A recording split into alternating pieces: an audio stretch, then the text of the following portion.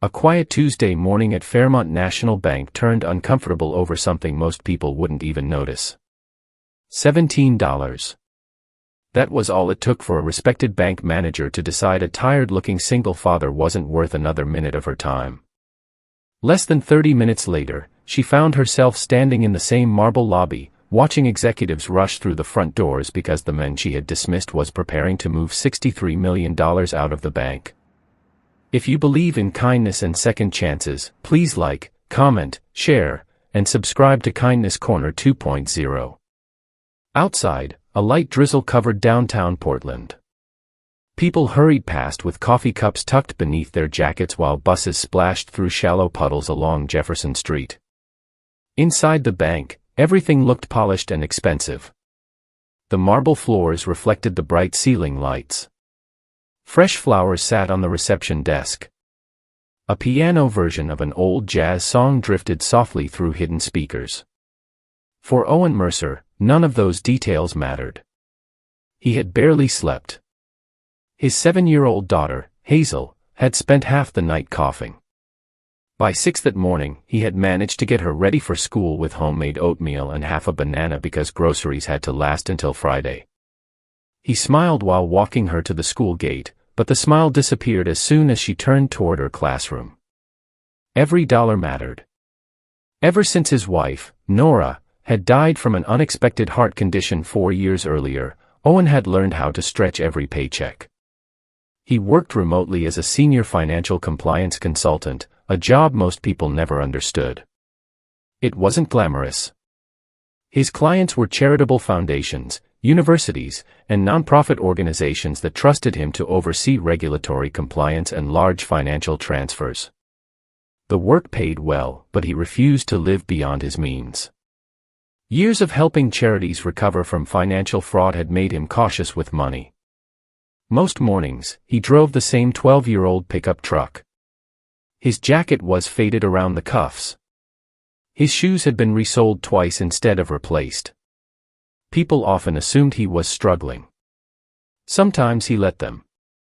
That morning, he wasn't visiting the bank because of his own account.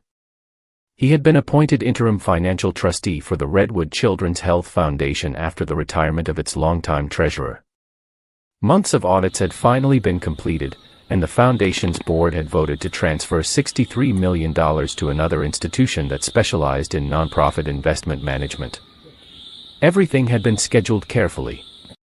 All Owen needed to do was verify several documents, present his authorization letters, and begin the transfer process.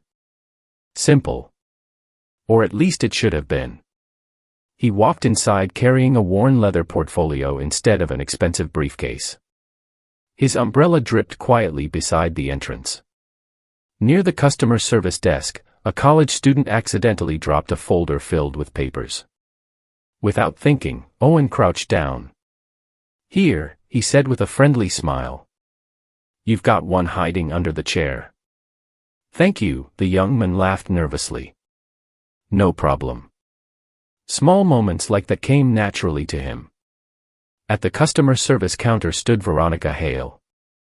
At 38, Veronica had built a reputation for efficiency. Regional management praised her numbers. She rarely took vacations. Her suits were always perfectly tailored, and every employee knew she expected absolute professionalism. Unfortunately, professionalism had slowly turned into impatience. Her branch had recently received pressure from headquarters after missing quarterly sales goals. Every meeting focused on productivity, premium accounts, and reducing unnecessary customer interactions. Veronica had begun seeing people through spreadsheets instead of conversations. She noticed Owen approaching. Wrinkled jacket. Old truck keys clipped to his belt. A folder that looked years old. She quietly assumed he would ask for an overdraft waiver or another fee reversal. Without smiling, she said, "Can I help you?" "I hope so," Owen answered politely. "I need assistance with 2 matters today. One concerns a personal account fee, and the other involves an authorized institutional transfer." She nodded without really listening. "Let's handle the personal account first." Owen slid his debit card across the counter. Veronica typed for several seconds before speaking. It appears your checking account was charged a $17 maintenance adjustment yesterday. Yes. I'd like someone to review it. I thought my account qualified to waive that fee. It no longer does. I wasn't notified. You received an electronic disclosure. I never saw one. Veronica folded her hands. The fee is correct. I understand, Owen replied calmly. Would someone mind checking anyway? I may have misunderstood the account requirements. Behind him, several customers waited quietly. Veronica glanced toward the growing line. Sir, $17 isn't something we normally debate. Owen remained polite. I know it isn't a large amount. Then why argue over it? He hesitated before answering. Because rules should apply fairly. The words irritated her more than she expected. She interpreted them as criticism. Instead of asking another employee to verify the account, she sighed loudly enough for nearby customers to hear. If $17 creates this much concern, perhaps this isn't the right bank for you. The lobby grew noticeably quieter. Owen blinked once. Not angry. Just surprised. I wasn't asking for charity, he said. I'm asking whether the fee was applied correctly. It was. I'd still appreciate someone checking. I already checked. The young teller beside Veronica looked uncomfortable but stayed silent. Owen gently picked up his debit card. All right. He could have argued. Instead, he opened his portfolio. In that case, he continued evenly, I'd like to proceed with my second appointment. Veronica barely looked up. What appointment? The institutional transfer scheduled for 10:30. She frowned. I don't see one. It's under the Redwood Children's Health Foundation. She typed again. Nothing appeared because she searched only personal appointments. There isn't one. There should be. There isn't. Owen removed a printed confirmation letter. The regional office arranged it last week. She glanced at the first page without reading beyond the foundation's name. Corporate matters are usually handled elsewhere. The instructions specifically directed me here. I'm afraid you'll have to reschedule. I drove almost an hour. I'm sorry. Her voice suggested she wasn't. Behind Owen, another customer whispered quietly to his wife. Poor guy. Owen heard it. He smiled politely anyway. I don't believe there's been a mistake, he said. The documentation is complete. Veronica crossed her arms. Sir, if your concern is $17, I'm not convinced we're discussing a $63 million transaction. Several people nearby exchanged amused looks. One teller looked down at her keyboard. The comment had crossed a line. Owen didn't answer immediately. Instead, he slowly removed a sealed authorization packet bearing the foundation's embossed silver logo. He placed it gently on the counter. I understand why that sounds unusual. Veronica gave a short laugh. I'm sure. Would you mind reading the first page? I'm helping other customers. It will take less than a minute. No. Her answer was immediate. She turned toward another teller. Melissa, could you please assist the next customer? The message was obvious.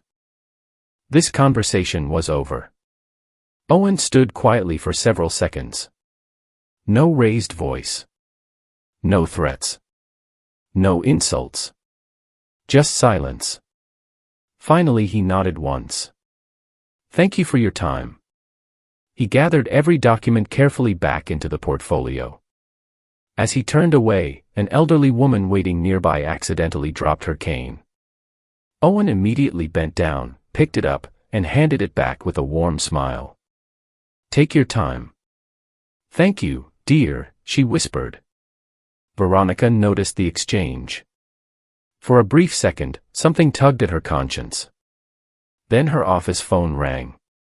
She walked away without another glance. Owen didn't leave the bank. Instead, he stepped into a quiet seating area near the windows and opened his phone. He searched for one contact. Amelia Cross, Executive Vice President, Fairmont National Bank Institutional Services. She had personally coordinated today's transfer after 3 months of meetings with the Redwood Foundation Board. Owen pressed call. She answered almost immediately. Owen, good morning. Everything going smoothly? He looked once toward the busy customer service desk. I'm afraid there seems to be some confusion at the branch. What happened? I don't think anyone recognizes the appointment. A long pause followed. They don't recognize it. No. And the authorization packet? I wasn't able to present it. Amelia's voice became noticeably sharper. Stay exactly where you are. I'd rather not inconvenience anyone. You aren't. Another pause. Please don't leave the building. Owen simply replied. All right. He ended the call and quietly sat near the large front windows, watching rain slide down the glass while customers continued coming and going. He had no idea that less than 10 minutes from now, 3 black executive vehicles would pull into the bank's front entrance, and the ordinary Tuesday morning Veronica thought she controlled was about to become the longest day of her career. Owen slipped his phone back into his pocket and watched the rain trace uneven lines across the tall windows. The lobby had returned to its usual rhythm. Customers stood in line, tellers counted cash, printers hummed, and someone laughed near the investment offices. To everyone else, it looked like another ordinary Tuesday. Only Owen knew that Amelia Cross had sounded genuinely alarmed. He wasn't interested in embarrassing anyone. In fact, he hoped she would simply sort out the appointment, apologize for the misunderstanding, and allow the transfer to proceed quietly. Across the lobby, Veronica Hale was already helping another customer. Her tone had changed completely. She smiled. She offered coffee. She patiently explained savings options. The contrast wasn't lost on Owen. He didn't resent her. He simply wondered how many people had walked through that branch wearing ordinary clothes and left feeling invisible. About 8 minutes later, the soft hum of conversation changed. Several heads turned toward the entrance. Through the glass doors, 3 black executive SUVs rolled to the curb one after another. The security guard immediately straightened his jacket. A receptionist whispered, "Is someone from headquarters coming?" The automatic doors opened. First walked in 2 members of the bank's corporate security team. Behind them came Amelia Cross, Executive Vice President of Institutional Services, carrying a leather portfolio. Beside her was Harold Vance, Regional Director for Oregon Operations. Another executive followed carrying several document binders. Every employee in the branch recognized them instantly. Veronica's confident smile disappeared. Corporate executives rarely visited without notice. Harold looked around the lobby before asking calmly, "Where is Mr. Owen Mercer?" Owen stood from the seating area. "I'm here." Amelia walked directly toward him. "I'm so sorry you had to wait." She extended both hands. "Mr. Mercer, I sincerely apologize." Several customers looked at one another. One teller quietly stopped counting cash. Amelia continued. "The foundation board has already arrived at the receiving institution. They've been expecting confirmation for nearly 30 minutes. It's all right," Owen answered. "There was some confusion." Amelia glanced toward Veronica. "I understand." Her voice remained professional. "Nothing more. Nothing less." She turned back toward Owen. "If you're ready, we've prepared the executive conference room." Before they walked away, Owen hesitated. "There is one small issue." Amelia nodded. "The $17 maintenance fee." He looked surprised. You know about it. You mentioned it on the phone. It isn't really about the money. I know. She smiled gently. It's about whether procedures were followed. Exactly. Harold quietly made a note in his folder. No one said another word. The four of them disappeared into the executive meeting room. The heavy glass door closed. Silence spread across the lobby. Customers began whispering. One elderly man quietly said, "Didn't she just tell him maybe this wasn't the right bank?" Another customer nodded. I heard it. Veronica suddenly remembered every sentence she had spoken. Word for word. For the first time that morning, she felt genuinely uneasy. Inside the conference room, the atmosphere was entirely different. Coffee had already been prepared. Legal documents were organized neatly across the polished oak table. Representatives from the receiving institution joined through secure video conference. Owen removed the same worn leather portfolio Veronica had barely glanced at. Inside were notarized trustee resolutions, board authorizations, identity verification documents, federal compliance certifications, transfer instructions, insurance confirmations. Every document was perfectly organized. Amelia smiled. I've worked with trustees for nearly 20 years. She looked toward the legal advisor. I've never seen paperwork prepared this cleanly. Owen laughed softly. I've had a lot of practice. For the next 45 minutes, everyone worked quietly. There were no dramatic speeches. No arguments. Just professionals completing one of the largest nonprofit fund transfers the branch had ever handled. When the final authorization code appeared on the screen, Harold extended his hand. Congratulations. The transfer of $63 million has officially been initiated. Owen shook his hand. I appreciate everyone's help. No celebration followed. Because to Owen, it wasn't his money.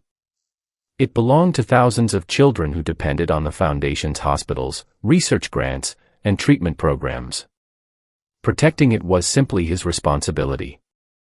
Outside the conference room, another meeting had already begun.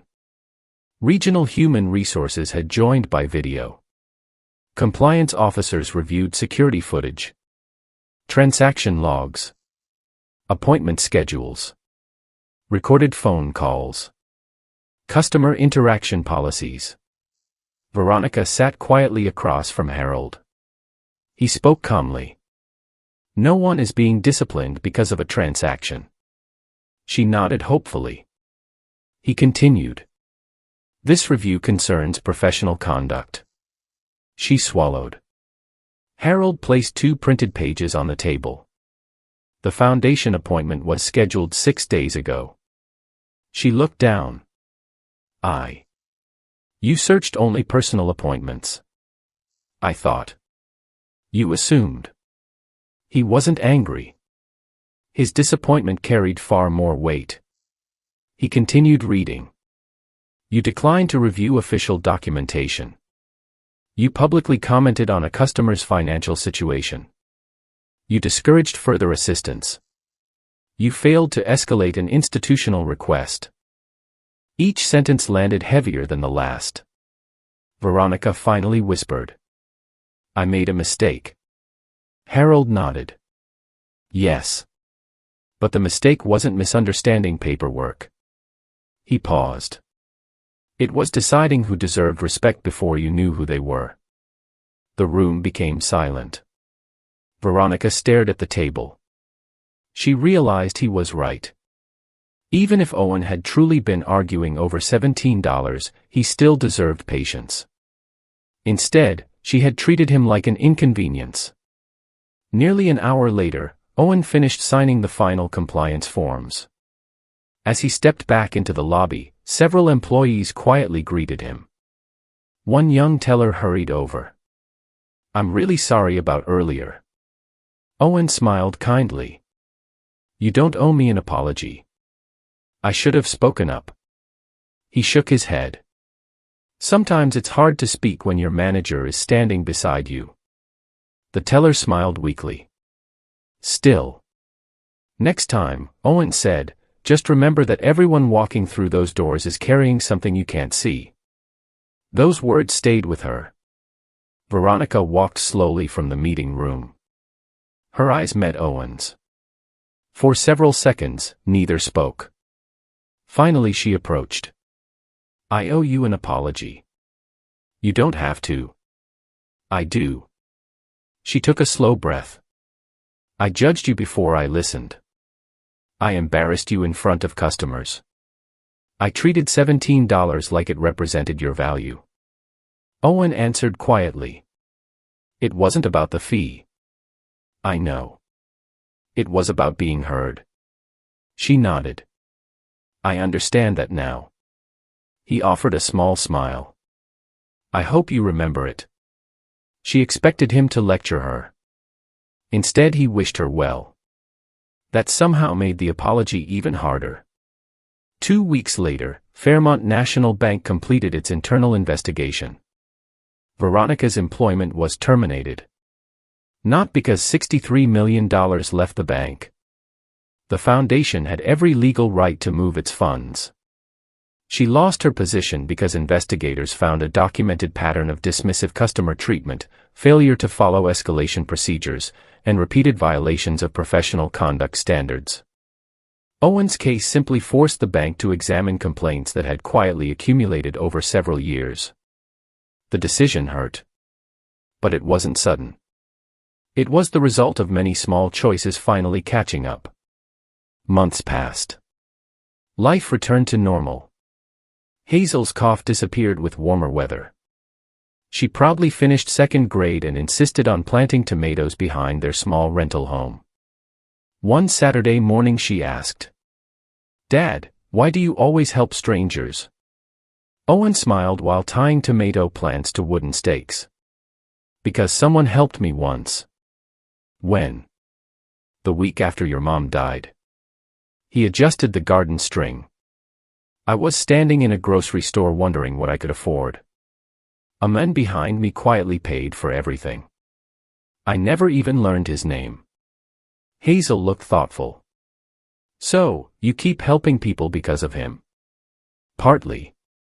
And because kindness doesn't disappear. It simply moves from one person to another. She smiled. I like that. So do I. Several months later, Owen received a handwritten letter. The return address surprised him. It was from Veronica. She explained that losing her job had forced her to slow down for the first time in years. She had started volunteering at a community financial counseling center, helping families understand debt, budgeting, and banking rights. Near the end she wrote, You probably don't remember every word you said that day. I do. You reminded me that respect should never depend on someone's balance. Thank you for not answering my pride with anger. Owen folded the letter carefully. Then he placed it inside the same worn leather portfolio that had started everything. Not as a reminder of someone else's failure, but as proof that people can still grow after making painful mistakes. If this story touched your heart, please leave a like and share it with someone who still believes kindness matters. Comment, kindness still exists, if you believe even one good act can change someone's life. Sometimes life doesn't change because of millions of dollars. Sometimes it changes because someone finally learns that every person deserves the same respect, whether they're asking about $17 or entrusted with $63 million. That lesson costs nothing, but it's worth more than any balance printed on a bank statement.